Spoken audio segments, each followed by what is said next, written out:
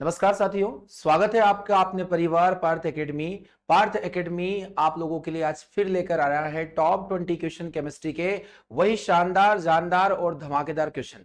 आज हम फिर हाजिर हैं आप सभी के लिए मॉक 6 लेकर। और आज का जो टॉपिक रहने वाला है वो थोड़ा चेंज रहेगा। हम लोगों ने पिछले 5 मॉक है वो मैटर और स्टेज से पढ़े थे, पदार्थ और अवस्थाओं से पढ़े थे।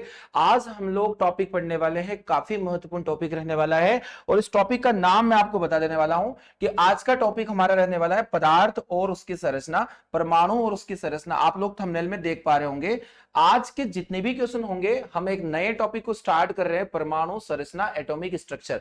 काफी महत्वपूर्ण टॉपिक माना जाता है केमिस्ट्री का। यानी यहां पर हम लोग आज सेकंड टॉपिक को डिस्कस करेंगे। सभी एग्जाम्स के लिए ये टॉपिक बहुत जरूरी टॉपिक होता है। इससे सिलेक्टेड क्वेश्चन क्या आ सकते हैं, कैसे क्वेश्चन बनेंगे, क्या पैटर्न पर क्वेश्चन बनेंगे, आज हम इन टॉप 20 क्वेश्चन में उन्हीं को डिस्कस करने वाले हैं। तो चलिए, सभी एग्जाम्स के लिए बहुत जरूरी है। अभी हम लोग देखेंगे रेलवे स्पेशल, सभी एसएससी एग्जाम और जितने भी स्टेट गवर्नमेंट की एग्जाम होती है सभी परीक्षाओं में यहां से प्रश्न पूछे जा सकते हैं। तो मैं यही बोलूंगा कि आप कॉपी और पेन लेकर बैठ जाइए। शुरुआत करते हैं आज के इस सेशन की। तो कल मैंने आप लोगों को एक होमवर्क क्वेश्चन दिया गया और यह होमवर्क क्वेश्चन पदार्थ और उसकी संरचना से है, यानी एटॉमिक मैटर और उसकी स्टेज से यहां पर क्वेश्चन पूछा गया था आपसे। और क्वेश्चन था कि इनमें से कौन सी धातु है जो आतिशबाजी में चमकीला श्वेत प्रकाश उत्पन्न करती है। आप सभी ने कमेंट बॉक्स में जाकर इसका जवाब मुझे दिया था। अगर हम लोग देखें कि पटाखे जब जलाते हैं तो वहां पर जो कलराइजेशन होता है, अलग अलग प्रकार के जो रंग पैदा होते हैं, वो रंगों का प्रमुख कारण धातुओं को माना जाता है। धातुओं की वजह से यहां पर कलर पैदा होते हैं। तो क्या आप सभी लोग जानते हैं कि अलग अलग प्रकार के जो कलर है वो किस वजह से यहां पर पैदा होते हैं? यहां पूछा गया है सफेद चमकीला रंग। और सफेद चमकीला रंग आप लोगों के द्वारा इसका ऑप्शन दिया गया था मुझे कि सर यहां पर मैग्नीशियम सही होना चाहिए, ऑप्शन नंबर सी मैग्नीशियम। चलिए, तो मैं इसको थोड़ा सा विस्तृत समझा देता हूं। अगर हम लोग पटाखों में रंगों की बात करें तो चलिए इस टॉपिक को बिल्कुल खत्म कर देते हैं। पटाखों में रंग जितने भी क्वेश्चन एग्जाम में बन सकते हैं वो सारे यहां पर हम लोग टारगेट करेंगे। पहला क्वेश्चन यहां से आता है कि पटाखों में क्या कारण के कारण किस वजह से हरा रंग होता है, ग्रीन कलर ऑफ क्रैकर्स, यानी पटाखों में हरा रंग किसके कारण होगा। तो आपको एक धातु का नाम यहां पर लिखना है। इसका नाम होगा बेरियम। बेरियम के कारण पटाखों में हरा रंग उपस्थित होता है। आप लोगों को यहां पर दिखाई दे रहा होगा, बेरियम के कारण पटाखों में हरा रंग। वही अगर मैं आपको बताना चाहूं लाल रंग का प्रमुख कारण क्या होगा, पटाखों में लाल रंग का प्रमुख कारण माना जाता है एक धातु जिसका नाम हो जाता है स्ट्रोंसियम। स्ट्रोंसियम के कारण, स्ट्रोंसियम के जो यौगिक होते हैं वह लाल रंग का प्रमुख कारण माने जाते हैं। अगर हम लोग बात करते हैं पटाखों में पीला रंग किसके कारण होगा, तो पटाखों में पीला रंग सोडियम के कारण भी हो सकता है। सोडियम के कारण, क्योंकि आप लोगों ने पढ़ा होगा पीले लैंपों में सोडियम वाष्प ही भरी जाती है। अगर हम लोग देखें यहां श्वेत चमकीला या सफेद चमकीला रंग, तो सफेद रंग के कारण का प्रमुख कारण मैग्नीशियम को माना जाता है। यहां मैग्नीशियम ऑक्साइड बनेगा और मैग्नीशियम ऑक्साइड एक सफेद अवक्षेप के रूप में जलता है। वही अगर हम लोग फिफ्थ पर बात करें नीले रंग की कि ब्लू कलर पटाखों में किसकी वजह से आता है, तो इसका प्रमुख कारण जो धातु मानी जाती है उसका नाम है कॉपर। देखिए, आप लोगों से एक क्वेश्चन यहां पर पूछा गया था और मैंने पूरी एग्जाम्स को यहां टारगेट करवा दिया है आप लोगों को। बस यही चीजें हैं और इसी तरीके से हम लोगों को पढ़ना है कि एक ऑप्शन से हम लोग कम से कम 10 क्वेश्चन को यहां फिनिश कर रहे हैं। आज हम 20 क्वेश्चन नहीं बल्कि हम लोग 200 और 300 क्वेश्चन को टारगेट कर लेते हैं एक सेशन में। आप जरूरी बात यह कि आप नोट्स में इन्हें कितना लिख पा रहे हैं, आपके लिए बहुत फायदेमंद होगा। तो यहां मैंने 5 एक्स्ट्रा टॉपिक आप लोगों से डिस्कस किए हैं। हरा रंग बेरियम, लाल रंग स्ट्रोंसियम, पीला रंग सोडियम, श्वेत रंग मैग्नीशियम और नीला रंग कॉपर के कारण पटाखों में होता है। सही जवाब इसका ऑप्शन नंबर सी हो जाएगा। तो चलिए परमाणु संरचना, एटॉमिक स्ट्रक्चर का आज का पहला सेशन शुरुआत करते हैं। इसके पहले क्वेश्चन के साथ में पहला क्वेश्चन आप सभी के लिए होने वाला है कि यहां पूछा गया है पदार्थ का परमाणु सिद्धांत किसके द्वारा दिया गया था। आप सभी को पता होगा एक परमाणु होता है, एक परमाणु की स्ट्रक्चर होती है और इस परमाणु में सबसे केंद्र में होता है एक नाभिक और इस नाभिक के अंदर प्रोटॉन और न्यूट्रॉन प्रेजेंट होते हैं। वही अगर हम लोग इसके अराउंड बात करें तो अलग अलग प्रकार की सेल्स बनी होती है और इन्हें हम लोग कक्षा के नाम से जानते हैं। आप सभी इतना जानते हैं, इन्हें ऑर्बिट भी हम लोग बोल सकते हैं। वही ये होता है नाभिक वाला भाग और इस नाभिक भाग में दो कण यहां पर प्रेजेंट होंगे, प्रोटॉन और न्यूट्रॉन। और प्रोटॉन और न्यूट्रॉन को कंबाइनली हम लोग न्यूक्लियॉन के नाम से जानते हैं। यह एक परमाणु की संरचना मानी जाती है। जिसे हम लोग एटॉमिक स्ट्रक्चर में कंटिन्यू पढ़ने वाले हैं। आगे हम लोग देख रहे हैं कि परमाणु सिद्धांत यहां पर पूछा गया है कि पहला परमाणु सिद्धांत किसके द्वारा दिया गया था। तो जॉन डाल्टन का नाम आप सभी ने सुनकर रखा है, जॉन डाल्टन। जॉन डाल्टन के द्वारा पहला परमाणु सिद्धांत यहां पर प्रस्तुत किया गया था या परमाणु सिद्धांत दिया गया था। एग्जाम में एक क्वेश्चन पूछा जाता है कि परमाणु को परमाणु नाम देने वाले वैज्ञानिक कौन थे। तो परमाणु को परमाणु नाम देने वाले वैज्ञानिक भी जॉन डाल्टन को माना जाता है। परमाणु के बारे में कथन होता है कि परमाणु किसी भी पदार्थ की सबसे छोटी इकाई को माना जाता है। अगर हम लोग किसी पदार्थ को देखें तो एक पदार्थ का निर्माण होता है अणुओं से, यानी मैटर बनेगा मॉलिक्यूल, और मॉलिक्यूल बनते हैं किससे, एटम से, जिन्हें हम लोग परमाणु के नाम से जानते हैं। जॉन डाल्टन का मानना है, जॉन डाल्टन के स्टेटमेंट के अनुसार, कि जो जितने भी परमाणु होते हैं वे सभी के सभी अविभाज्य कण माने जाते हैं। अविभाज्य कण का मतलब होगा non divisible particle. Non divisible कहने का प्रमुख कारण क्या होता है कि यहां ये बोला जाता है कि पदार्थ को हम लोग छोटे रूप में तोड़ सकते हैं, डिवाइड कर सकते हैं, अणुओं को भी छोटे रूप में प्राप्त किया जा सकता है, पर इनके अनुसार परमाणुओं का अति सूक्ष्म रूप नहीं होता है। किसी भी पदार्थ का सबसे सूक्ष्मतम रूप उसका परमाणु माना जाता है। तो इस तथ्य को हम लोग यहां पर समझने वाले हैं कि परमाणु सिद्धांत किसने दिया था। तो जॉन डाल्टन ने दिया था। यहां पर और भी अलग अलग प्रकार की थ्योरी है जिन्हें हम लोग समझेंगे। आप सभी को पता होना चाहिए यहां पास्कल का संबंध किससे होगा। तो दाब से संबंधित जितनी भी गणनाएं पास्कल के द्वारा की गई थी, यानी दाब से संबंधित गणनाएं पास्कल के द्वारा की गई थी। आप लोगों को यह ध्यान होना चाहिए। आगे हम लोग पढ़ रहे हैं न्यूटन, गति के नियमों से संबंधित न्यूटन का यहां पर संबंध होता है। वही एवोगेद्रो, देखिए तो गैसेस लॉ में हम एवोगाद्रो को पढ़ते हैं, तो एवोगाद्रो संख्या भी होती है जिनसे हम लोग आगे अभी डिस्कस करने वाले हैं। तो इस प्रश्न का सही जवाब जॉन डाल्टन आप लोगों के लिए सही होने वाला है। तो चलिए बढ़ते हैं आज के सेशन के महत्वपूर्ण क्वेश्चन पर। सेकंड क्वेश्चन को हम लोग देखने वाले हैं। क्वेश्चन यहां पर पूछा गया है, आप सभी को तत्व, यौगिक और मिश्रण की जानकारी होनी चाहिए, एलिमेंट, कंपाउंड और मिक्सर। यहां उसी से संबंधित एक पहला क्वेश्चन पूछा गया है, सेकंड क्वेश्चन, कि कौन सा तत्व सर्वाधिक विद्युत ऋणात्मकता होता है, यानी जिसे हम लोग इलेक्ट्रोनेगेटिविटी एलिमेंट के नाम से जानते हैं। आप सभी को अगर यहां नहीं पता है कि विद्युत ऋणात्मकता क्या होता है, तो केमिस्ट्री में आप लोगों को यहां ध्यान रखना है, कुछ तत्व ऐसे होते हैं जिनका इलेक्ट्रोनेगेटिविटी बहुत ज्यादा हाई होता है। इलेक्ट्रोनेगेटिविटी का मतलब होगा कि किन्हीं तत्वों की एक क्षमता होती है इलेक्ट्रॉन को ग्रहण करने की, इलेक्ट्रॉन को ग्रहण करने की क्षमता, इलेक्ट्रॉन को ग्रहण करने की क्षमता, यानी ये वो कैपेसिटी है जिसमें इलेक्ट्रॉन को गेन किया जाता है, इलेक्ट्रॉन को गेन किया जाता है। अगर कोई तत्व इलेक्ट्रॉन को गेन करता है तो आप सभी को पता होगा उसके अंदर नेगेटिव चार्ज आता है, यानी उसकी ऑक्सीडेशन स्टेज जो है वो क्या होगी, कम होगी, डिक्रीज करेगी। इस बात को हम आगे समझने वाले हैं।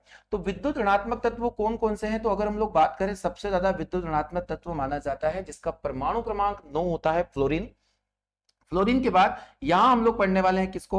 तो फ्लोरीन के बाद यहां पर देखा जाए तो ऑक्सीजन यहां आ जाएगा, ऑक्सीजन के बाद में नाइट्रोजन यहां पर आ जाएगा, और नाइट्रोजन के बाद में अगर हम लोग देखें तो क्लोरीन यहां पर सम्मिलित होगा। अगर हम इसका घटता हुआ क्रम देखें तो यह क्रम आप लोगों के लिए निश्चित ही एग्जाम में आप लोगों के एक क्वेश्चन में ये आ सकता है कि विद्युत ऋणात्मकता का घटता हुआ क्रम कौन सा है।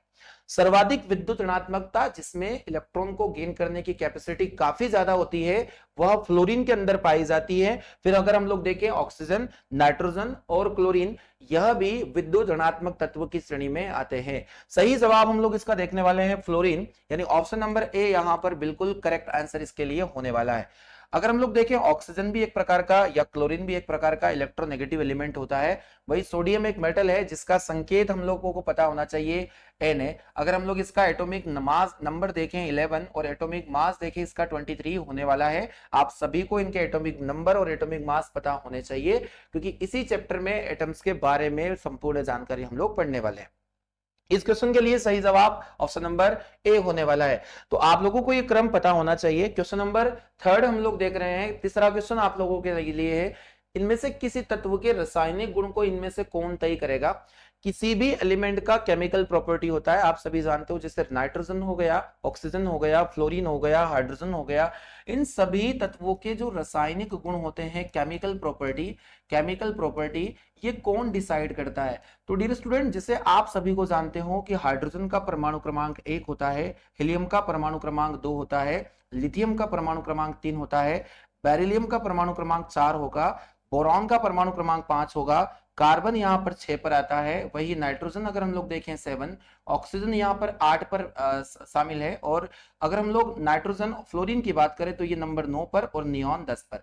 ऐसे ही आप लोग आगे भी कंटिन्यू कर सकते हैं। सोडियम है ना, sodium, magnesium, aluminium, silicon, phosphorus, sulphur, chlorine, argon, potassium, ये सभी यहाँ पर एलिमेंट हैं जो एक बढ़ते हुए क्रम के आधार पर अरेंज किए गए।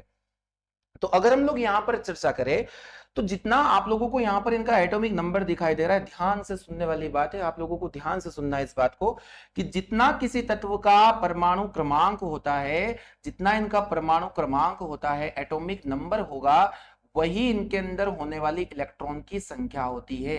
क्या यह बात आप लोगों को समझ में आ गई है? तो मैं आपको फिर एक बार रिपीट करने वाला हूं, जितना इनका एटॉमिक नंबर होगा उतना ही इनके अंदर नंबर ऑफ इलेक्ट्रॉन होंगे। इस बात को शायद आप समझ चुके हैं। परमाणु क्रमांक 11 पर है सोडियम, तो उसमें नंबर ऑफ इलेक्ट्रॉन 11 ही होने वाले हैं। अगर हम बात करते हैं कैल्शियम की, तो परमाणु क्रमांक इसका 20 है, तो इसमें नंबर ऑफ इलेक्ट्रॉन कितने होने वाले हैं? 20 ही होने वाले हैं। यानी जितना परमाणु क्रमांक उतना नंबर ऑफ इलेक्ट्रॉन। क्या यह बात आप लोगों को समझ में आ गई है? चलिए तो बढ़ते हैं हम लोग आगे। यहां पर आपसे पूछा गया कि रासायनिक गुणधर्म कौन डिसाइड करता है? तो प्रिय विद्यार्थियों, रासायनिक गुणधर्म पैदा करने वाला जो कोई एलिमेंट होता है या कोई कण होता है, उसे हम लोग इलेक्ट्रॉन के नाम से जानते हैं। अगर सोडियम के पास में 11 इलेक्ट्रॉन है, सोडियम के पास में 11 इलेक्ट्रॉन है, और अगर ये 11 इलेक्ट्रॉन शामिल करने वाला हर एक तत्व सोडियम की तरह बिहेव करेगा, इस बात को आपको प्रमाणित करना। 11, अगर हम लोग 11 परमाणु क्रमांक की बात करें तो 11 इलेक्ट्रॉन सोडियम जैसा लक्षण दिखाएगा। अगर मैं बात करूं मैग्नीशियम 12 पर है, और इस मैग्नीशियम 12 वाले परमाणु क्रमांक ने एक इलेक्ट्रॉन को डोनेट कर दिया, और एक इलेक्ट्रॉन को डोनेट करने के बाद यह आ गया Mg+1 पर, और Mg+1 के बाद यह सोडियम जैसा बिहेव करेगा, यानी व्यवहार दिखाएगा। इस बात को शायद आपको समझने में थोड़ा सा टाइम लगेगा, पर यह समझ में जरूर आएगा। तो हम लोग देखने वाले हैं कि किसी का रासायनिक गुणधर्म वहां पर उपस्थित इलेक्ट्रॉनों की संख्या के आधार पर डिसाइड किया जाता है। इस बात को आपको समझना जरूरी है। बढ़ते हैं हम लोग आगे। आप लोगों को यहां से इतना सीखना है, जितना परमाणु क्रमांक उतना ही हमारे अंदर किसी भी तत्व के अंदर इलेक्ट्रॉन की संख्या मौजूद हो सकती है। इस बात को आप लोगों को समझना है। चलिए अगले क्वेश्चन पर हम लोग देखने वाले हैं। अगला क्वेश्चन आप सभी के लिए है, mass number is the sum of what? किसका सम होता है मास नंबर, जिसे हम लोग द्रव्यमान संख्या के नाम से जानते हैं। द्रव्यमान संख्या, आप सभी ने यह नाम सुना होगा, परमाणु भार। परमाणु भार, जिसे हम लोग एटॉमिक मास के नाम से भी जानते हैं। एटॉमिक मास क्या होता है? अगर हम लोग देखें तो दो चीजें यहां पर हम लोग पढ़ने वाले हैं। एक होता है परमाणु क्रमांक, एटॉमिक नंबर, और एक होता है परमाणु भार। अगर हम लोग देखें कि मैंने आप लोगों को पढ़ाया था कि एक प्रोटॉन में, एक परमाणु में नाभिक, और नाभिक के अंदर प्रोटॉन और न्यूट्रॉन दोनों होते। अगर मैं परमाणु क्रमांक की बात करूं तो नाभिक में जितने नंबर ऑफ प्रोटॉन होते हैं, जितने नंबर ऑफ प्रोटॉन होते हैं, जितने नंबर ऑफ प्रोटॉन होते हैं, उन्हीं को हम लोग क्या कहेंगे? परमाणु क्रमांक कहेंगे। परमाणु की संख्या ही परमाणु क्रमांक होता है। अगर हम लोग देखें कि सोडियम 11 पर है तो इसमें 11 प्रोटॉन होंगे और 11 ही इलेक्ट्रॉन होंगे। 17 पर आता है क्लोरीन, क्लोरीन के अंदर 17 ही प्रोटॉन होंगे और 17 ही इलेक्ट्रॉन होंगे, और 17 उसका एटॉमिक नंबर होगा। तो यह जानकारी आप लोगों को समझ में आ गई है। आगे हम लोग बढ़ने वाले हैं। तो एटॉमिक मास किसको बोलेंगे? तो यहां हम लोग ओनली प्रोटॉन के नंबर को काउंट किया, और जब हम लोग प्रोटॉन और न्यूट्रॉन के नंबर दोनों को काउंट कर देंगे, यानी एटॉमिक मास में क्या होता है? प्रोटॉन और न्यूट्रॉन दोनों की संख्या का योग, और जब ये योग बन जाता है तो यह कहलाएगा परमाणु भार। इस बात को आप लोगों को समझना है। तो यहां द्रव्यमान संख्या किसका योग है? केवल प्रोटॉन का। तो केवल प्रोटॉन यहां पर हम लोग देखेंगे तो परमाणु क्रमांक बन जाएगा। इलेक्ट्रॉन और प्रोटॉन को, इलेक्ट्रॉन कक्षा से बाहर होता है, ये कक्षा के अंदर होगा। वही अगर हम लोग बात करेंगे नाभिक के बाहर होगा, नाभिक के अंदर होगा। वही इलेक्ट्रॉन और न्यूट्रॉन की बात करें तो नहीं होगा। प्रोटॉन प्लस न्यूट्रॉन, यानी इन्हें हम लोग कंबाइनली न्यूक्लियन के नाम से जानते हैं। ये न्यूक्लियन क्यों कहे जाते हैं, मैंने आपको इसका कारण बताया है। न्यूक्लियन कहे जाने का कारण इनका होगा क्योंकि ये न्यूक्लियस के अंदर पाए जाते हैं। तो प्रोटॉन और न्यूट्रॉन को सामूहिक रूप से हम लोग न्यूक्लियन के नाम से जानते हैं, और इन्हीं के सम से मिलकर द्रव्यमान संख्या का निर्माण होता है। चलिए बढ़ते हैं अगले प्रश्न की ओर।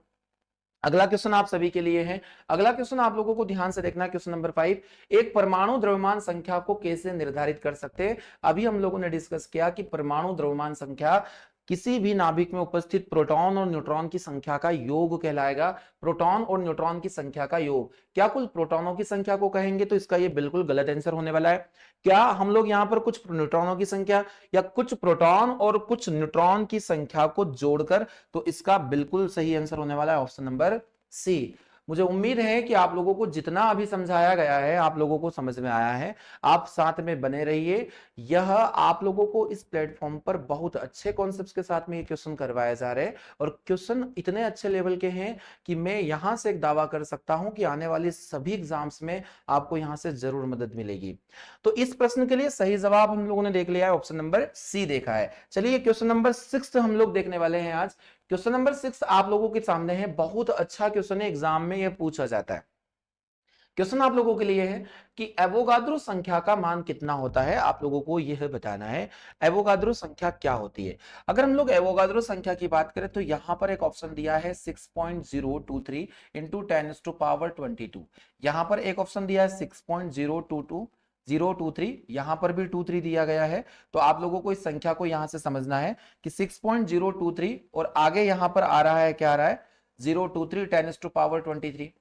यहां पर दिया गया 6.023 10⁻24 और यहां एक ऑप्शन दिया गया 6.023 इंटू 10⁻25।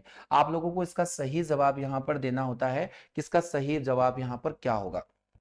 तो प्रिय विद्यार्थीगण, मैं आपको बताना चाहूंगा एवोगाद्रो संख्या क्या होती है कि किसी भी, अगर हम लोग देखें किसी लिक्विड को मेजर करने की, तो एक मोल में परमाणुओं की संख्या, एक मोल जल में कितने परमाणु आएंगे, वही एवोगाद्रो संख्या से शो किया जाता है। आप लोगों को पता होना चाहिए कि एक मोल जल में कितने परमाणु आएंगे, वही एवोगाद्रो संख्या का मान होता है। तो अगर हम लोग एक मोल जल की बात करें तो कितने परमाणु वहां पर शामिल हो सकते हैं, तो इसका जवाब मैं आपको देने वाला हूं। इसका बिल्कुल सही जवाब होना है 6.022 इंटू 10⁻23। आपको पावर में 23 और यहां पर 023 भी हो सकता है। तो यहां बिल्कुल सही जवाब होने वाला है option number B. Option number B यानी 6.022 आप लोगों को लिखना है 6.022 इंटू 10⁻23। आप लोगों को नोट्स में यह जानकारी लिखना है 6.022 इंटू 10⁻23 परमाणु यहां पर एक मोल में प्रेजेंट होते हैं। काफी बार एग्जाम में यह प्रश्न पूछा जा चुका है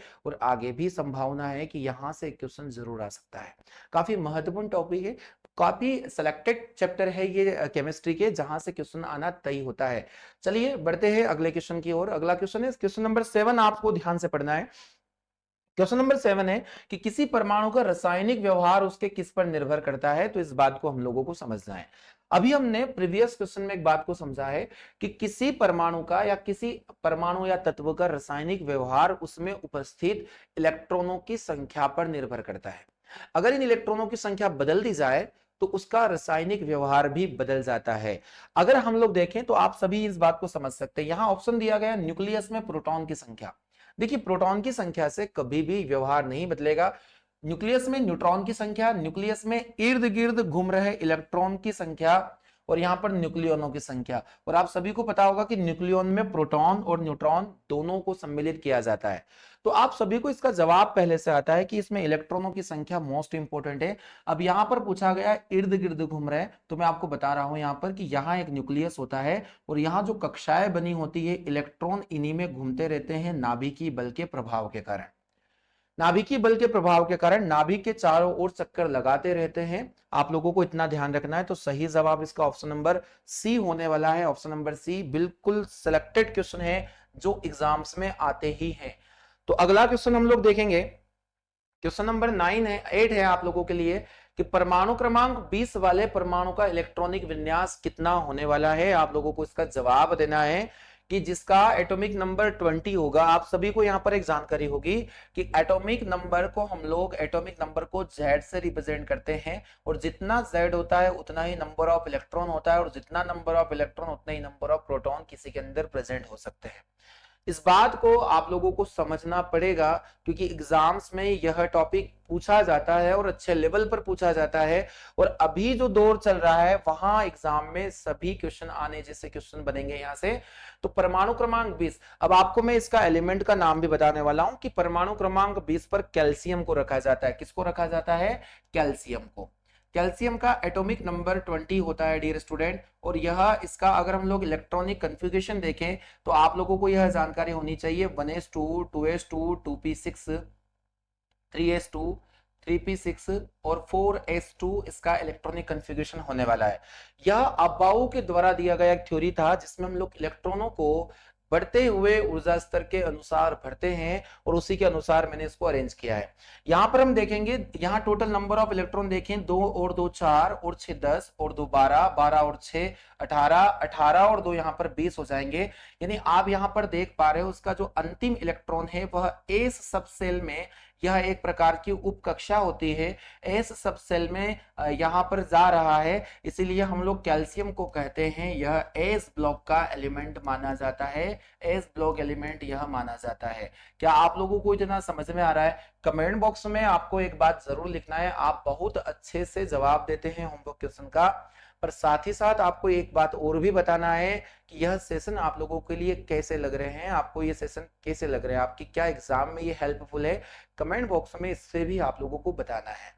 तो यहां पूछा गया है कि कितना दिया गया है। देखिए यहाँ का अरेंजमेंट अलग है, यहाँ कक्षाओं में इलेक्ट्रॉन को बिठाया गया है और हम लोगों ने जो बिठाने का तरीका है वो सब सेल में है, यानी कि उपकक्षा में। अगर हम इनको सेल के अंदर बिठाएंगे तो पहली सेल में 2 इलेक्ट्रॉन होंगे, सेकंड सेल यहां से यहां तक एक्सटेंड कर रहा है तो टोटल 8 इलेक्ट्रॉन होंगे, वही थर्ड सेल को यहां से यहां तक एक्सटेंड करवाएंगे, यहां भी 8 इलेक्ट्रॉन होंगे, और वही फोर्थ सेल में केवल 2 इलेक्ट्रॉन प्रेजेंट होंगे, यानी 2882 यहाँ का टोटल इलेक्ट्रॉनिक कन्फिग्रेशन होना है, वो भी सेल के बेस्ड पर, कक्षाओं के आधार पर। इस प्रकार से हम लोग इनके टोटल नंबर ऑफ इलेक्ट्रॉन को काउंट करके लिख देते हैं। तो 2882 ऑप्शन नंबर सी बिल्कुल सही जवाब होना है। आप सभी से मेरा एक क्वेश्चन यहां से लिखना है और कमेंट बॉक्स में अभी आप लोगों को वीडियो को पोस्ट करके जाना है और लिखना है कि यहां पर जो किसी भी कोष के अंतिम कोष में, किसी भी परमाणु के अंतिम कोष में उपस्थित इलेक्ट्रॉनों को किस नाम से जानते हैं, आपको इसका जवाब देना है। किसी भी परमाणु के अंतिम कोष में लास्ट सेल में जो इलेक्ट्रॉन प्रेजेंट होगा उसका क्या नाम होने वाला है, आपको इसका कमेंट बॉक्स में जवाब देना है। तो ऑप्शन नंबर सी हम लोग इसके लिए देख चुके हैं। अगला क्वेश्चन आप सभी के लिए है, स्क्रीन पर आप अगला क्वेश्चन देखिएगा कि यहां पूछा गया न्यूक्लियस की द्रव्यमान संख्या क्या होती है। आप लोगों को इसका जवाब आ गया है, जो मास नंबर होता है वह क्या हो सकता है। तो मैं अगर यहां पर बताना चाहूं तो ऑप्शन दिया गया क्या उसके सदैव परमाणु क्रमांक से कम होता है। देखिए बिल्कुल भी नहीं हो सकता। अगर हम लोग सोडियम की बात करें, सोडियम परमाणु क्रमांक 11 है और इसका एटॉमिक मास 23 होता है, यानी लगभग जो एटॉमिक मास होता है ना वो एटॉमिक नंबर से लगभग 2 टाइम्स होगा, 2 गुना हो जाता है। अब ये 2 गुना भी होता है या इसके कुछ अन्य मान भी होते हैं, तो इस बात को यहां पर पूछा गया है। ऑप्शन नंबर बी आप देखोगे सदा उसके परमाणु क्रमांक से अधिक होता है, तो क्या यह कंडीशन है? अधिक तो होता है बट क्या यह ऑलवेज टाइम होगा? तो इस ऐसा कहा नहीं जा सकता। आगे हम लोग देखने वाले हैं क्या यहां पर सदा उसके परमाणु क्रमांक के बराबर होगा, क्या ये ऑलवेज इक्वल हो सकता है? तो आप यहां देख सकते हो हमारे ये 2 स्टेटमेंट तो वैसे ही आउट हो जाते हैं, क्योंकि इक्वल हो ही नहीं सकता। इक्वल हो भी सकता है पर ये ज्यादा भी होता है, सदैव तो नहीं हो सकता। और ऑप्शन नंबर 4 तो हमारे पास बचा है, देखते हैं हम लोग, कभी उसके परमाणु क्रमांक से अधिक और कभी उसके परमाणु भार के बराबर। क्या यह बात सही है? तो आप लोगों को यहां पर समझना पड़ेगा। अगर हम लोग हाइड्रोजन की बात करें डियर स्टूडेंट, तो हाइड्रोजन का एटॉमिक नंबर 1 होता है और उसका एटॉमिक मास भी 1 होता है। हाइड्रोजन का परमाणु क्रमांक भी 1 है और परमाणु भार भी 1 है, यानी यहां पर परमाणु भार और परमाणु क्रमांक में समानता है। तो यहां पर पूछा गया कि क्या कभी कभी समान हो सकता है, कभी कभी उसके बराबर भी हो सकता है और कभी कभी परमाणु क्रमांक से अधिक हो सकता है। ये 2 एग्जाम्पल मैंने आप लोगों के सामने रख दिए। सोडियम 11 इसका एटॉमिक नंबर है और इसका एटॉमिक मास 23 होता है, वही hydrogen equal atomic number equal atomic mass. तो क्या यह जानकारी आप लोगों को समझ में आ रही है? तो हम लोग इसके ऑप्शन नंबर डी को बिल्कुल सही मानने वाले हैं। हमेशा अधिक नहीं होगा, कभी बराबर और कभी अधिक भी हो सकता है। चलिए अगला क्वेश्चन आप लोगों को देखिएगा, काफी शानदार क्वेश्चन है जो मैं आपसे पूछ रहा हूं। अगर हमें प्राइमरी लेवल पर ये क्वेश्चन थोड़े कम समझ में आ रहे हैं तो डियर स्टूडेंट यही तो पढ़ना है, एग्जाम ऐसे ही क्वेश्चन पूछता है। अगर मैं इजी क्वेश्चन आप लोगों को करवाने लगूंगा तो ये इजी क्वेश्चन एग्जाम में नहीं आएंगे। हम लोग यहाँ मन बहला सकते हैं पर एग्जाम में हमारा हाल क्या होना है। तो हमें उस दिन को लेकर चलना है कि हमें एग्जाम बनाना है और एग्जाम बनाने के लिए अच्छे क्वेश्चन के साथ ही हमें आज पढ़ाई करना पड़ेगी। और वही अच्छे क्वेश्चन पार्थ ऑनलाइन प्लेटफॉर्म आपके लिए लेकर आ रहा है प्रतिदिन। तो यहां देखिएगा ध्यान से कि ऑक्सीकरण वह प्रक्रिया है जिसमें क्या होता है, आप लोगों के 4 ऑप्शन यहां पर दिए गए हैं। तो चलिए, एक छोटा सा टॉपिक है हमारे केमिस्ट्री में और इस टॉपिक का नेम होने वाला है ऑक्सीडेशन और रिडक्शन। इसे हम लोग कहते हैं ऑक्सीकरण और अपचयन। आप सभी ने स्मॉल क्लासेस में रिडॉक्स रिएक्शन का नाम सुना होगा, रिडॉक्स अभिक्रिया, और इसी में मैं आपको रिडॉक्स अभिक्रिया भी पढ़ाने वाला हूं। यहां पर पूछा गया है कि ऑक्सीकरण और अपचयन क्या होता है। तो डियर स्टूडेंट, मैं बताऊंगा कि ऑक्सीकरण का मतलब ही होता है इलेक्ट्रॉन का दान करना, क्योंकि जब इलेक्ट्रॉन दान होता है ना तो कोई भी तत्व धनायन बना लेता है और इसी धनायन को हम केटायन के नाम से जानते हैं, यानी पॉजिटिव चार्ज। वही अगर मैं अपचयन की बात करूं तो इलेक्ट्रॉन जब ग्रहण किए जाते हैं, इलेक्ट्रॉन को जब ग्रहण किया जाता है तो यहां पर ऋणायन बनेगा, एनायन बनेगा, ऋणायन, यहां केटायन बना और यहां बनेगा एनायन। तो अगर कोई एलिमेंट है जो इलेक्ट्रॉन को डोनेट कर रहा है और डोनेट करने के बाद वो केटायन बना रहा है तो उसका ऑक्सीडेशन हो रहा है, वह ऑक्सीकरण हो रहा है। अगर हम लोग बात करें इलेक्ट्रॉन गेन कर रहा है और वो नेगेटिव चार्ज बना रहा है, एनायन बना रहा है, तो हम लोग बोलेंगे उसका अपचयन हो रहा है, रिडक्शन हो रहा है। तो ये बहुत ही सिंपल सी डेफिनेशन है। हाइड्रोजन के बेस पर पूछा जाता है, ऑक्सीजन के बेस पर पूछा जाता है, इलेक्ट्रोनेगेटिव एलिमेंट के बेस पर पूछा जाता है, वही इलेक्ट्रोपॉजिटिव के बेस पर पूछा जाता है, ऑक्सीडेशन नंबर के इंक्रीमेंट और डिक्रीज को लेकर पूछा जाता है। इतने सारे टर्म ऑक्सीडेशन रिडक्शन में मैं आपको पढ़ाने वाला हूं, तो हमारे साथ बने रहिए। लेवल क्या बनाना है वो हमारे ऊपर छोड़ दीजिए, एग्जाम में क्या आएगा वो हम डिसाइड करेंगे, आप लोगों को केवल पढ़ना है। तो यहां पर पूछा जा रहा है कि ऑक्सीकरण वह प्रक्रिया है जिसमें क्या होगा, इलेक्ट्रॉन की हानि होती है। तो पहला ही ऑप्शन मैंने आप लोगों को बताया, दान करना मतलब इलेक्ट्रॉन की हानि होना। ऑप्शन नंबर ए इस प्रश्न का बिल्कुल सही जवाब होने वाला है। तो इलेक्ट्रॉन की जहां हानि होगी, लॉस होगा, वहां पॉजिटिव चार्ज बनेगा और उसका ऑक्सीकरण संभव है। चलिए बढ़ते हैं क्वेश्चन नंबर 11 की ओर। क्वेश्चन 11 आप सभी के सामने है कि परमाणु के नाभिक की त्रिज्या कितनी होती है। काफी यूनिक क्वेश्चन है। आप लोग यहाँ पर ऑप्शन देख पा रहे होंगे कि नाभिक की त्रिज्या का मान पूछा गया, तो ये 10⁻⁻15 मीटर है। आप इन्हें ऐसे भी समझ सकते हैं, 10⁻⁻15 मीटर। यहाँ दिया गया है 10⁻15 मीटर है और यहाँ 10⁻10 मीटर है। और एक आखिरी क्वेश्चन दिया है नॉन ऑफ दिस, इनमें से कोई नहीं। आप लोगों को एक बात यहाँ पर समझना है। चलिए, एक क्वेश्चन के साथ में मैं ढेर सारे क्वेश्चन आप लोगों को कंप्लीट करवा रहा हूँ। एक एटम को हम लोग समझ रहे हैं और एक एटम के अंदर इसका न्यूक्लियस होता है और इसके न्यूक्लियस के केंद्र से लेकर यहां तक की जो डिस्टेंस होती है, इसको हम लोग न्यूक्लियस रेडियस के नाम से जानते हैं, यानी रेडियस ऑफ न्यूक्लियस या नाभिक की त्रिज्या। इसे हम लोग नाभिक की त्रिज्या के नाम से जानते हैं। रेडियस क्या होती है आप सभी को पता है। और अगर मैं यहां से लेकर यहां तक की टोटल डिस्टेंस को निकालूं तो यह एक संपूर्ण परमाणु की त्रिज्या निकल कर आती है। संपूर्ण परमाणु की त्रिज्या, यानी इसे हम लोग एटॉमिक रेडियस कहेंगे, इसे न्यूक्लियर रेडियस के नाम से जानेंगे। तो इन दोनों में क्या फर्क है, आप लोगों को दिखाई दे रहा होगा कि आउटर मोस्ट जो सेल होती है किसी भी एटम में, वहां तक की दूरी कहां से लेकर, न्यूक्लियस से लेकर, उसे हम लोग परमाणु त्रिज्या, और नाभिक की परिधि की जो दूरी होती है उसे ही हम लोग कहते हैं नाभिक त्रिज्या। अगर हम लोग देखें तो नाभिक की त्रिज्या का जो वैल्यू है वो आज आपको ध्यान रखना है कि 10⁻⁻15 मीटर नाभिक की त्रिज्या का मान होगा। वही परमाणु की त्रिज्या को हम लोग देखें तो 10⁻10 मीटर के अप्रोक्स इसका वैल्यू होता है। तो क्या यह दोनों क्वेश्चन आप लोगों को समझ में आ गए। यहाँ पर नाभिक की त्रिज्या के बारे में पूछा गया है, ऑप्शन नंबर ए बिल्कुल सही होने वाला है। आप देख सकते हैं कि सारे ऑप्शन एक जैसे दिखने वाले हैं, इसलिए काफी ज्यादा कंफ्यूजन बना रहता है ऐसे प्रश्नों में। तो आप लोगों को ध्यान से पढ़ना है, आपको एक साथ यहाँ पर परमाणु की त्रिज्या 10⁻10 भी याद रखना है। क्वेश्चन नंबर 12 हम लोग डिस्कस करेंगे। क्वेश्चन नंबर 12 है कि एम कोश में समायोजित किए जा सकने वाले इलेक्ट्रॉन की संख्या किसे कहते हैं। चलिए, ये एम कोश भी मैं एक बार पुनः आप लोगों को समझाने वाला हूं। ये है नाभिक, हमारी नाभिक के बाहर बनी होती है कक्षा है और इस कक्षा को हम लोग नाम देते हैं एम। यहां पर हम लोग इनको नाम देंगे KLMN। इस तरीके से हम लोग इनको अंग्रेजी के लेटर से शो कर सकते हैं। आप जरा ध्यान से इस बात को समझे कि पहली कक्षा और पहली कक्षा को हम लोग के नाम से रिप्रेजेंट कर सकते हैं। वही अगर सेकंड जो सेल होगी, इस सेकंड सेल को मैं यहाँ पर एक नाम दे सकता हूं और इसका नाम यहाँ पर मैं आपको देने वाला हूं एम। यहाँ पर एम हो जाएगा, एम हो जाने वाला है। तो आगे हम लोग डिस्कस करेंगे। सेकंड सेल को के बाद में मैं नाम देने वाला हूं एल, यहाँ थर्ड सेल एम, और फोर्थ सेल अगर होगी तो इसको हम लोग एन रिप्रेजेंट कर सकते हैं। पहली सेल में टोटल नंबर ऑफ इलेक्ट्रॉन होते हैं 2, जो अधिकतम आ सकते हैं। दूसरी सेल में 8 इलेक्ट्रॉन, वही तीसरी सेल में 18 इलेक्ट्रॉन, वही चौथी सेल में यहाँ पर 32 इलेक्ट्रॉन प्रेजेंट होते हैं। ये total maximum number of electron है जो किसी सेल के अंदर आ सकते हैं, ये आप लोगों को देखना है। तो यहाँ पर एम कोस में पूछा गया, तो एम कोस में कितने यहाँ आ सकते हैं, तो मैं आपको बताऊंगा। एम कोस किसी का थर्ड कोस होता है, तो थर्ड कोस में total maximum number of electron 18 present हो सकते हैं, ये आप लोगों को समझना है। यहां पर मैं आगे आपको एक रूल पढ़ाने वाला हूं, 2n² रूल, और यह रूल दिया गया था बोरबरी के द्वारा, और इस रूल के अंदर ही हम लोग कक्षाओं में इलेक्ट्रॉन को भरने की जानकारी प्राप्त करते हैं।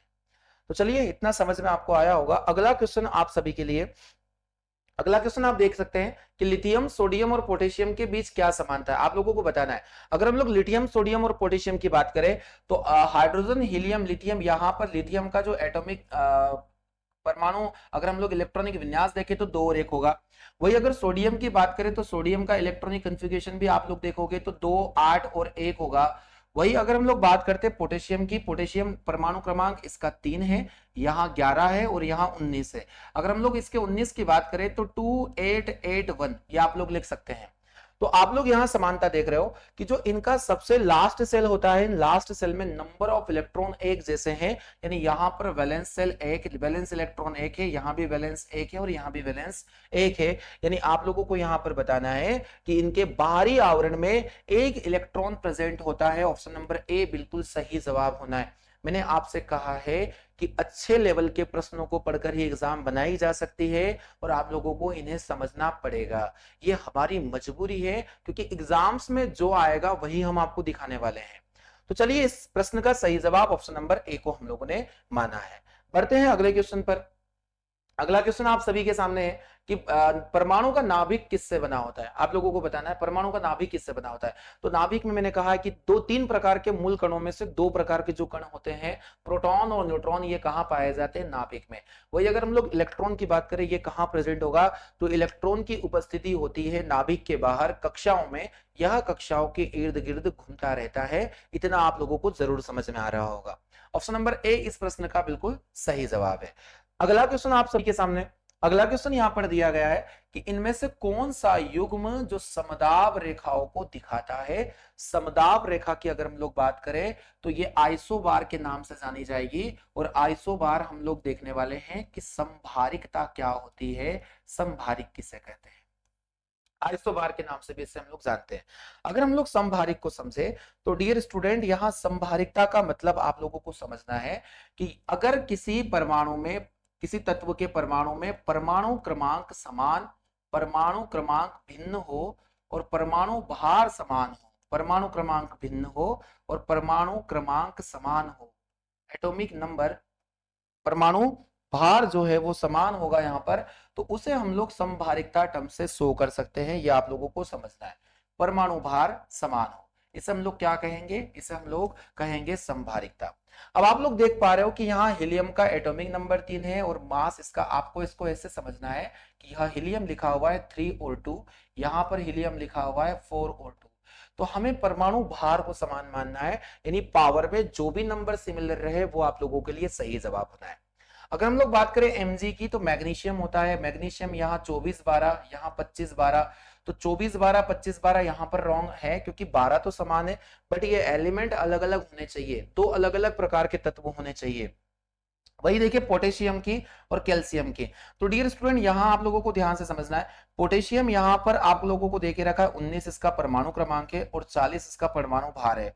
वही कैल्शियम की बात करें तो 20 इसका परमाणु क्रमांक है और 40 इसका परमाणु भार है। आप दोनों देख पा रहे होंगे कि ये दोनों एक दूसरे के संभारिक माने जाते हैं, संभारिक। और इस लिस्ट में आप लोग आर्गन को भी शामिल कर सकते हैं, आर्गन जो है 18 पर पड़ता है और यहाँ भी परमाणु क्रमांक इसका 40। यह क्वेश्चन काफी महत्वपूर्ण होता है, हर बार एग्जाम इस क्वेश्चन को पूछता ही पूछता है। आप लोगों को इसका जवाब मिल गया होगा, आपको बिल्कुल मैंने 3 एग्जाम्पल यहाँ पर सेट कर दिए। ऑप्शन नंबर सी इस प्रश्न के लिए बिल्कुल सही जवाब होने वाला है, आपको यह समझना पड़ेगा। ठीक है, तो इतना आप लोगों को क्लियर हो गया। बढ़ते हैं अगले क्वेश्चन की ओर। अगला क्वेश्चन आप सभी के लिए है क्वेश्चन नंबर 16, परमाणु कक्षक या एटॉमिक ऑर्बिट क्या होंगे। तो अगर हम लोग देखें तो एटॉमिक ऑर्बिट इलेक्ट्रॉन का वृत्ताकार परत होता है, या अंडाकार आकार की कक्षा होती है, या नाभिक के चारों ओर त्रिआयामी क्षेत्र होता है, या फिर वह क्षेत्र जिसमें इलेक्ट्रॉन के मिलने की संभावना अधिकतम होती है। देख लीजिए, यहां अगर कोई बच्चा इसको पहली बार पढ़ेगा, इस प्रश्न का आंसर जो है वो गलत ही देकर आएगा, क्योंकि आप लोग इसके पहले ऑप्शन पर जाओगे तो आप लोगों को लगेगा इलेक्ट्रॉन का वृत्ताकार पथ यानी सर्कुलर पाथ ऑफ इलेक्ट्रॉन, और इसका बिल्कुल सही जवाब मान लेंगे बच्चे, पर यह इसका पूर्णतः गलत जवाब होगा। मैं आपको ये बोलने वाला हूं कि परमाणु कक्षक या एटॉमिक ऑर्बिटल वे स्थान होते हैं जहां पर इलेक्ट्रॉन के मिलने की संभावना अधिकतम होती है। इसका सही जो डेफिनेशन होगा वो ऑप्शन नंबर डी ही होने वाला है, ऑप्शन नंबर डी। तो इसका सही जवाब आपको डी हम लोगों ने बताया है कि जहां इलेक्ट्रॉन मिल सकते हैं। क्वेश्चन नंबर 17 आप सभी के सामने है। अक्री गैस क्या है, इनर्ट गैसेस किसे कहते हैं? तो इनर्ट गैसेस की अगर हम बात करें तो इनर्ट गैस क्या, अक्री गैसेस जो क्रिया नहीं करती, आप सभी को पता है ग्रुप नंबर 18 में सभी अक्री गैसों को शामिल किया गया है, जीरो समूह बोलते हैं, जल में मिश्रणी होती है, स्थायी नहीं होती है, या रासायनिक रूप से अभिक्रियाशील नहीं होती है, या ये रासायनिक रूप से अतिक्रियाशील होती है। तो मैंने आपको बताया है नॉन रिएक्टिव गैस होती है, क्योंकि इनकी संयोजकता पहले से ही कंप्लीट होती है, ये इनर्ट गैस कहलाती है, यानी रासायनिक रूप से ये नॉन रिएक्टिव मानी जाती है, अभिक्रियाशील ये नहीं मानी जाती है। तो आप लोगों को बताना है, और नॉट केमिकली रिएक्टिव, तो यहां बिल्कुल सही जवाब हो जाना है ऑप्शन नंबर सी। आप लोगों को आर्गन, हीलियम, लिथियम, लिथियम यहां पर अलग हो जाएगा। अगर हम लोग बात करें helium, neon, argon, krypton, xenon, radon, ये सभी अक्री गैसें मानी जाती है। अगला क्वेश्चन आप सभी के लिए, इस सेशन को हम लोग कंटिन्यू करते हैं। 18वां क्वेश्चन है यहाँ पर है, जिस बिंदु पर किसी पदार्थ के ठोस, द्रव और गैसीय रूप सहअस्तित्व होता है, सहअस्तित्व को हम लोग कोएग्जिस्ट बोल सकते हैं, जहां पर तीनों स्टेजेस एक साथ मिलती है, उस अवस्था का नाम यहाँ पर क्या होने वाला है? तो पहला ऑप्शन है कि जहां ठोस, द्रव, गैस एक साथ मिले, क्या क्वथनांक बोलेंगे, गलनांक बोलेंगे, त्रिक बिंदु बोलेंगे या हिमा? तो इसका सही जवाब होने वाला है ट्रिपल पॉइंट। आपको मैं बताऊंगा ट्रिपल पॉइंट वो पॉइंट या ऐसा बिंदु जिस पर ठोस, द्रव और गैस तीनों अवस्थाएं एक साथ देखी जाती है। यह क्वेश्चन लास्ट टाइम भी एग्जाम में पूछा जा चुका क्वेश्चन है कि त्रिक बिंदु से संदर्भ में क्या आप लोग कहने वाले हैं? तो जहां पदार्थ की तीनों अवस्थाएं एक साथ देखने को मिलती है। चलिए क्वेश्चन नंबर 19 को हम लोग समझने वाले हैं। 19 क्वेश्चन आप लोगों के लिए है कि यहाँ हैवी वाटर में, भारी जल में क्या होगा? पहला ऑप्शन पढ़िए, वायु अधिक मात्रा में घुली होगी। आप सभी को इसका फार्मूला पता होगा, D2O इसका फार्मूला होता है। अगर हम लोग H2O की बात करें तो H2O के रिप्लेसमेंट पर यहाँ पर D2O आ जाता है। तो हम लोग इसको समझने वाले हैं, क्या वायु अधिक मात्रा में घुली है, या फिर खनिज और लवण अधिक मात्रा में घुले हुए, क्या हाइड्रोजन की जगह ड्यूटेरियम होता है, या फिर कार्बनिक अपद्रव होता है? तो डियर स्टूडेंट, आप लोग यहाँ पर देख पा रहे होंगे कि यहाँ हाइड्रोजन का स्थान ड्यूटेरियम ने ले लिया, यह ड्यूटेरियम है, और इस ड्यूटेरियम को क्या कहा जाता है? यह हाइड्रोजन का दूसरा वाला समस्थानिक माना जाता है, आइसोटोप माना जाता है। आप इस बात को नोट कर लें, ठीक है। तो हाइड्रोजन के रिप्लेसमेंट पर यहाँ ड्यूटेरियम आ जाता है, और इसी ड्यूटेरियम को हम लोग ड्यूटेरियम ऑक्साइड के नाम से भी जानते हैं, भारी जल, हैवी वाटर, इसे गुरु जल के नाम से भी हम लोग जान सकते हैं। इसका यूज क्या होता है आप सभी को कमेंट बॉक्स में एक बार फिर लिखना है। काफी अच्छे से आपके कमेंट बॉक्स में आप जवाब देते हैं, बहुत अच्छा लगता है, क्योंकि सभी प्रश्न जो बच्चे नए हैं जब उन्हें पढ़ेंगे तो आप लोगों को भी नॉलेज होगा और उन्हें भी नॉलेज होगा। बहुत अच्छी बात है ये आप लोगों के लिए। तो चलिए क्वेश्चन, आज के इस टॉप 20 क्वेश्चन जो हम लोगों ने परमाणु संरचना से लिया है, इसका अंतिम प्रश्न आप सभी के लिए है। यहां पर पूछा जा रहा है, किसी तत्व के विभिन्न समस्थानिकों का निम्नलिखित में से समान होगा, क्या होगा? अगर हम लोग समस्थानिकों की बात करें तो समस्थानिक या आइसोटोप्स, इसमें परमाणु क्रमांक समान है, परमाणु क्रमांक समान होते हैं, और परमाणु भार अगर हम लोग बात करें ये समान होंगे, और परमाणु भार भिन्न होंगे। ये आप लोगों को समझना है। तो समस्थानिकों में क्या परमाणु संख्या, परमाणु द्रव्यमान, कक्षक इलेक्ट्रॉन का विन्यास, यहां पर पूछा गया है कि क्या समान हो सकता है? तो परमाणु क्रमांक यहां पर समान होंगे, और परमाणु भार अलग अलग प्रकार के यहां पर होते हैं। ऑप्शन पढ़ लेते हैं हम लोग यहाँ पर, पहला और दूसरा और तीसरा ऑप्शन यहाँ पर दिया गया है। तो समस्थानिकों में निम्नलिखित में से समानता होती है, किसमें समानता होती है? तो यह परमाणु संख्या में समान होते हैं। तो एक तो इसका ऑप्शन होने वाला है हमारे पास सेकंड। अब आपको सेकंड यहां पर भी दिया गया है, सेकंड यहां पर भी, और सेकंड सभी में मौजूद है। और क्या हो सकता है? तो वो हम लोग देखेंगे। यहां पर परमाणु भार इनका भिन्न होगा या कक्षक इलेक्ट्रॉन का विन्यास, क्या इनका ऑर्बिटल इलेक्ट्रॉनिक कन्फिगरेशन भी समान होगा? तो अगर इनका परमाणु क्रमांक समान है तो इनका कक्षक विन्यास भी समान होना है। यहां पर सेकंड और थर्ड इसका सही आंसर होने वाला है, वही परमाणु द्रव्यमान अलग हो जाएगा। तो यहां पर कंबल की जगह आप लोगों को केवल लिख देना है, कंबल की जगह यहां पर केवल लिख देना है। केवल 1 और 2 तो ये हमारा रॉन्ग हो जाएगा, केवल 2 भी रॉन्ग हो जाएगा, केवल 2 और 3। देखिए मोस्ट इंपोर्टेंट क्वेश्चन मैं आप लोगों को बताने वाला हूं कि इस प्रकार के क्वेश्चन एग्जाम्स में पूछे जाने लगे हैं और ऐसे क्वेश्चन ही एग्जाम्स में आते हैं। बहुत अच्छे लेवल के क्वेश्चन आप लोगों को हम पढ़ा रहे हैं। तो आज के टॉप 20 क्वेश्चन की श्रृंखला का अंतिम समय या अंतिम हम लोगों ने प्रश्न देखा और इसके अंतिम समय में आपको पर डे एक होमवर्क देकर जरूर जाता हूं। और आज का होमवर्क क्या होने वाला है जरा ध्यान से देखिएगा। आपके लिए आज का वर्क होने वाला है कि झाग जिसे हम लोग फॉर्म कहते हैं पदार्थ और उसकी अवस्था से ये पूछा गया है कि झाग निम्नलिखित में से एक उदाहरण है, किसका उदाहरण है? ऑप्शन है किसी द्रव में परीक्षित गैस, गैस में जेल में परीक्षित एक द्रव, या किसी द्रव में परीक्षित एक ठोस, या फिर किसी द्रव में परीक्षित एक द्रव। तो आपके 4 ऑप्शन आप सभी के हैं, डिटेल नोट्स मुझे चाहिए, आप समझा दीजिएगा। एक छोटा सा आप लोगों से रिक्वेस्ट है कि जितना आप लोग वीडियोस को देखते हैं उतने लाइक नहीं आते, लाइक करोगे तो हमें और भी मोटिवेशन मिलेगा। काफी अच्छे से यहाँ पर मेहनत हो रही है, प्रतिदिन हम लोग सिलेक्टेड क्वेश्चन हर एक टॉपिक से लेकर आ रहे हैं आप लोगों के लिए। तो इतना तो बनता है कि एक लाइक आपके नाम हो जाए। तो जल्दी से अभी आपको लाइक बटन पर प्रेस करना है और लाइक करना है। तो मिलते हैं हम लोग अगले सेशन में, आज के लिए इतना ही। तब तक अच्छे से आप पढ़ाई करते रहे। Thank you so much.